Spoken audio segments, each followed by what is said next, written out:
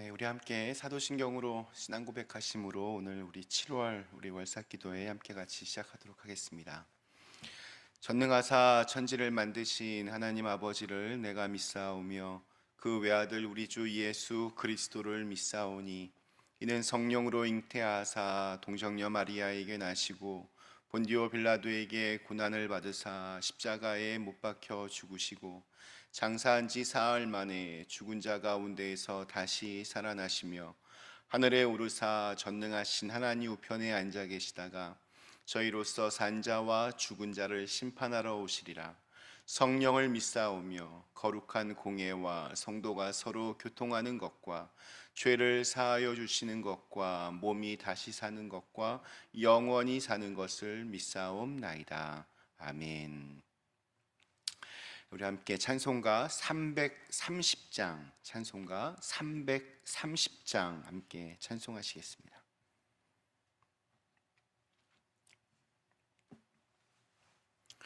네, 찬송가 330장입니다.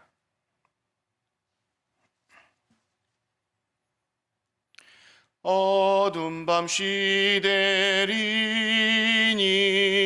내 직분 지켜서 찬 이슬 맺힐 때에 일찍 일어나 해 도는 아침부터 힘써서 일하라. 일할 수 없는 밤이 속히 오리라. 어두운 밤 시대리니 내 직분 지켜서 일할 때 일하면서 놀지 말아라. 낮에는 수고하나 쉴 때도 오겠네. 일할 수 없는 밤이 속히 오리라. 어두운 밤 시대리니 내 직분 지켜서 지는 해 빗긴 볕에 힘써 일하고 그 빛이 다하여서 어둡게 되어도 할 수만 있는 대로 힘써 일하라. 아멘. 네, 오늘 저희 함께 열왕기하 4장 우리 1절에서 7절 말씀 함께 같이 보시겠습니다. 우리 7월 시작하면서 우리 열왕기하 4장 1절에서 7절에 있는 말씀을 또 이번 한 달 동안 저에게 주신 하나님의 말씀으로 함께 같이 보도록 하겠습니다. 열왕기하 4장 우리 1절에서 7절에 있는 말씀. 선지자의 제자들의 아내 중에 한 여인이 엘리사에게 부르짖어 이르되 당신의 종 나의 남편이 이미 죽었는데 당신의 종이 여호와를 경외한 줄은 당신이 아시는 바니이다. 이제 빚준 사람이 와서 나의 두 아이를 데려가 그의 종을 삼고자 하나이다 하니 엘리사가 그에게 이르되 내가 너를 위하여 어떻게 하랴. 내 집에 무엇이 있는지 내게 말하라. 그가 이르되 계집종의 집에 기름 한 그릇 외에는 아무것도 없나이다 하니 이르되 너는 밖에 나가서 모든 이웃에게 그릇을 빌리라. 빈 그릇을 빌리되 조금 빌리지 말고 너는 네 두 아들과 함께 들어가서 문을 닫고 그 모든 그릇에 기름을 부어서 차는 대로 옮겨 놓으라 하니라. 여인이 물러가서 그의 두 아들과 함께 문을 닫은 후에 그들은 그릇을 그에게로 가져오고 그는 부었더니 그릇에 다 찬지라. 여인이 아들에게 이르되 또 그릇을 내게로 가져오라 하니 아들이 이르되 다른 그릇이 없나이다 하니 그릇이 곧 그쳤더라. 그 여인이 하나님의 사람에게 나아가서 말하니 그가 이르되 너는 가서 기름을 팔아 빚을 갚고 남은 것으로 너와 네 두 아들이 생활하라 하였더라. 아멘. 네, 우리 7월의 첫 토요일 아침, 우리의 마음을 무겁게 하고 또 어둡게 만드는 세상의 여러 근심, 걱정의 짐들을 십자가 앞에 내려놓고 하나님께서 열어가시는 그러한 새로운 희망을 갈망하며 기도로 7월의 아침을 여시는 우리 사랑하는 그린빌 가족들을 주님의 이름으로 축복합니다. 하나님께서 반드시 맺힌 것들은 풀어주시고 또 막힌 것들은 허물어 주시리라 믿습니다. 오늘 말씀은 엘리야 선지자를 찾아온 한 여인의 너무나도 기막히고 암담한 절박한 상황으로 그 이야기가 시작이 됩니다. 남편이 갑자기 세상을 떠났습니다. 그것도 이 여인의 남편은 하나님을 잘 섬기던, 그래서 하나님을 위해서 살려고 선지자 학교에 입학하여 선지자가 되려고 했던 사람입니다. 심지어 엘리사의 제자였습니다. 그런데 그런 남편이 갑자기 세상을 떠난 겁니다. 남편이 일찍 죽은 것만으로도 너무나 힘든데 엎친 데 덮친 격으로 여러 어려움들이 한꺼번에 물밀듯이 밀려듭니다. 두 아들과 함께 가난 속에 살아야 했습니다. 게다가 빚을 지고 죽은 남편을 대신해서 이 빚 독촉에 시달려야 했습니다. 돈을 빌려준 사람은 빚을 빨리 갚으라고 독촉을 합니다. 만약에 빚을 갚지 못하면 두 아들을 데려다 종으로 삼겠다 이렇게 협박까지 했습니다. 사방에서 조여오는 그러한 삶의 고통으로 어떻게 해야 할지 감당할 수 없어서 이 여인은 무작정 엘리사를 찾아옵니다. 하나님은 참 좋으신 분입니다. 이런 고통을 당하는 부인을 나 몰라라 거절하지 않으시고 이 엘리사 선지자를 통하여 응답하시기 때문입니다. 여기서 이 엘리사 선지자는 하나님의 대행자로서 하나님의 권위를 가지고 여인에게 말하기 시작합니다. 그녀의 딱한 처지를 듣고 엘리사가 말합니다. 우리 2절의 첫 문장, 엘리사가 그에게 이르되 내가 너를 위하여 어떻게 하랴. 엘리사가 처음 한 말, 내가 너를 위하여 어떻게 하랴. 이 말은 꼭 하나님께서 이 여인에게 하시는 그런 말씀인 것만 같습니다. 내가 너를 위하여 어떻게 하랴. 이것은 다른 말로 네가 원하는 것이 무엇이냐, 그것을 내가 다 들어주겠다, 그리고 이루도록 도와주겠다, 그러한 뜻입니다. 우리 예수님도 보면 종종 그를 찾아와서 뭔가 이렇게 강구하는 사람들을 향해서 먼저 네가 무엇을 원하느냐 이렇게 물어보시곤 하셨습니다. 그리고 소원을 말하는 그들에게 내 소원대로, 내 믿음대로 되라 하고 이렇게 선포하셨습니다. 그리고 그들의 소원들은 다 이루어졌습니다.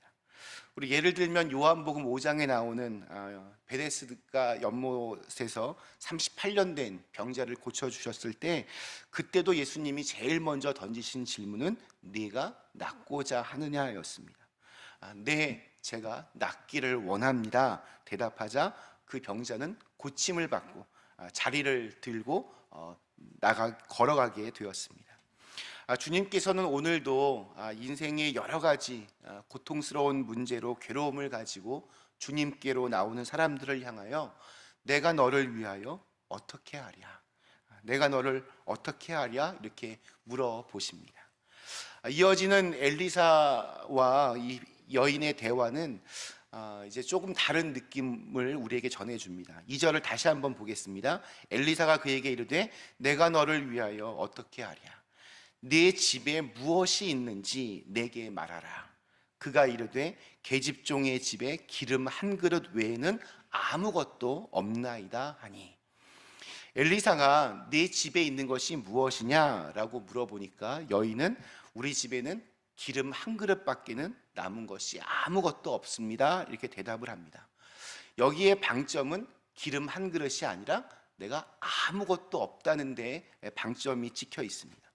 지금 엘리사는 가지고 있는 것이 무엇이냐라고 물어봤는데 여인은 단 하나를 빼고는 내가 모든 것을 다 잃었습니다. 남아있는 게 아무것도 없습니다. 이렇게 대답하고 있습니다. 그러니까 지금 이 여인이 얼마나 정신적인 공황 상태에 빠져 있는지를 우리가 짐작할 수 있습니다. 그녀는 한 그릇의 기름 외에는 아무것도 가진 것이 없었습니다. 보잘것없는 그 기름 한 그릇이 그녀의 전 재산인 셈입니다. 이게 꼭 기름 한 그릇이 이 상황을 해결하는데 얼마나 도움이 되겠습니까? 그러나 이것은 우리 인간의 생각입니다. 자, 그렇다면 엘리사는 왜 그것을 물어보았을까요? 하나님께서는 다른 계획을 가지고 계셨던 겁니다. 하나님께서 그 기름 한 그릇에 하나님께서 함께 하시면 그것이 어떻게 바뀔지 어떻게 될지 아무도 모릅니다. 우리 예수님의 오병이어 그 기적도 마찬가지였습니다. 어린 소년이 가지고 왔던 그 보잘것없던 도시락 떡 5개와 물고기 2마리, 그것을 놓고 기도하시고 그것들을 나누어 주었을 때 5,000명을 먹고도 12바구니가 남는 놀라운 일이 일어났습니다. 아무리 적고 보잘것 없어 보이는 것이라 할지라도 그것이 하나님의 손에 붙잡히게 된다면 그것은 위대한 능력을 발휘하게 되는 도구로 쓰임받게 됩니다. 오늘 우리가 가지고 있는, 심지어 우리 눈에 보기에도 보잘것없어 보이는 모든 것들이 하나님의 기적을 일으키게 하는 도구가 될 수 있음을 우리가 기억해야 합니다. 하나님께서 사용하시면, 하나님께서 쓰시면 놀랍게 변화됩니다. 엘리사의 응답은 이제 구체적으로 이 가난한 여인에게 주어집니다. 엘리사가 다시 말하기를 이웃에게 모든 빈 그릇들을 다 빌려오라고 했습니다. 빌리되 조금 빌리지 말고 빌릴 수 있는 대로 최대한 많이 빌려오도록 했습니다. 이것은 그녀의 어떤 믿음의 정도를 가늠하는 그러한 명령이었습니다. 만약에 이 여인이 하나님의 능력을 의심한다면 그냥 그릇 몇 개만 빌리고 말았을 겁니다. 이거 다 주인 나중에 찾아서 돌려주려면 이게 얼마나 힘든데, 이렇게 하면서 아마 굉장히 한두 개 이렇게 빌려왔을 겁니다. 그러나 하나님의 능력을 의심하지 않았다면 어떻게 이 여인이 했을까요? 아마 아는 사람들을 다 머릿속으로 생각해보고 그들이 살고 있는 곳으로 찾아가서 할 수 있는 한 모든 그릇들을 다 빌려왔을 것입니다. 빈 그릇의 그 숫자는 곧 그녀의 믿음의 분량을 의미할 수 있습니다. 빈 그릇을 많이 빌려야 했습니다. 그리고 이 빈 그릇들을 이 여인들이 가지고 오자 그 다음 단계는 문을 닫는 것이었습니다. 이 여인의 마음속에는 지금 하나님께서 무엇인가 일하고 계신다, 그런 생각이 들었을 겁니다. 그것을 믿었기 때문에 열심히 빈 그릇들을 가지고 왔습니다. 자, 그런데 그 다음 명령은 뜬금없이 문을 닫으라는 것이었습니다. 사람들에게 광고해서 와서 한번 좀 구경해 보십시오. 하나님께서 분명히 뭔가 기적을 베푸실 겁니다. 이렇게 하면 참 어떻게 보면 더 좋았을 것 같은데 왜 하나님은 문을 닫으라고 하셨을까요? 와서 직접 보고 하나님의 능력을 믿으라고 하면 훨씬 더 많은 사람들이 하나님의 능력을 믿을 텐데, 그러나 그렇지 않습니다. 왜냐하면 하나님의 은혜는 이렇게 값싼 어떤 쇼나 값싼 서커스가 아니기 때문입니다. 하나님의 은혜는 믿음을 준비한 사람들에게만 특별하게 임하시는 그러한 능력입니다. 믿음을 가진 사람들만이 경험할 수 있는 것입니다. 그래서 사람들에게 방해받는 것을 피해서 문을 닫고 조용히 하나님의 명령을 이렇게 순종하라고 그렇게 말씀하십니다. 빌려온 그 빈 그릇들에 엘리사가 시킨 대로 기름 그릇에 그런 기름을 붓기 시작합니다. 근데 아무리 부어도 기름 그릇에 그 기름이 줄어들지가 않습니다. 이상한 일입니다. 큰 그릇, 작은 그릇 옮겨 다니며 기름을 붓습니다. 온 집안의 그릇이 다 사방으로 펼쳐집니다. 기름이 멈추지를 않습니다. 결국 마지막 그릇에 기름을 가득 채우자 이제 기름도 더 이상 나오지 않았습니다. 하나님께서는 그릇을 준비한 만큼, 준비한 대로 채우시는 분이심을 우리에게 알려줍니다. 여기서 빈 그릇은 단순히 기름을 담는 그릇이 아닙니다. 하나님의 은혜와 축복을 담는 그릇이었습니다. 하나님의 은혜가 준비한 그릇만큼, 준비한 그릇대로 가득가득 이렇게 채워진 것입니다. 그릇이 뭐 더 있었다면 아마 그것도 아마 가득 다 채울 수 있었을 것입니다. 이 여인이 굉장히 많은 그릇들을 준비한 것 같습니다. 왜냐하면 엘리사가 그녀에게 기름을 팔아서 빚을 갚고 나머지는 생활비로 하라고 했는데, 얼마나 기름을 많이 그릇에 담았으면 이런 말을 할 수 있었겠습니까? 그녀를 괴롭혔던 그런 부채도 갚고 두 아들과 함께 생활할 수 있는 여유도 생겼습니다. 그러니까 그녀를 힘들게 했던 삶의 문제들이 전혀 예상하지 못했던 그 기름을 통해서 다 해결이 된 것입니다. 우리 사랑하는 그린비 가족 여러분, 오늘 이 이야기는 단순히 기름으로 돈을 많이 벌었다, 하나님 덕에 빚을 갚았다, 하나님이 부자가 되게 해주셨다, 이런 이야기가 아닙니다. 요즘 사람들은 세상의 그 즐거움에 만족해서 진짜 내가 무엇이 필요한지를 잘 알지를 못합니다. 하나님의 은혜가 왜 필요한지도 잘 모릅니다. 은혜를 사모하지 않기 때문에 그래서 그릇도 잘 준비하지 않습니다. 함께 우리 이제 주일날, 또 우리 수요일날, 또 토요일날 이렇게 예배를 드리러 오는데, 이렇게 보면 예배를 드리러 오는 모든 분들이 그릇을 다 준비하는 것은 아닐 것입니다. 어떤 분들은 하나님의 은혜를 많이 담을 그릇을 준비해서 오지만 아무 그릇도 준비하지 않는 그런 사람들도 분명히 섞여 있을 겁니다. 우리가 준비해야 할 그릇이 무엇입니까? 우리가 드리는 예배는 과연 무엇입니까? 예배는 그 빈 그릇을 채우는 시간입니다.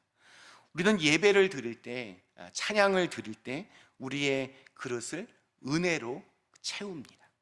기도를 통하여 성령의 기름 부으심을 경험합니다.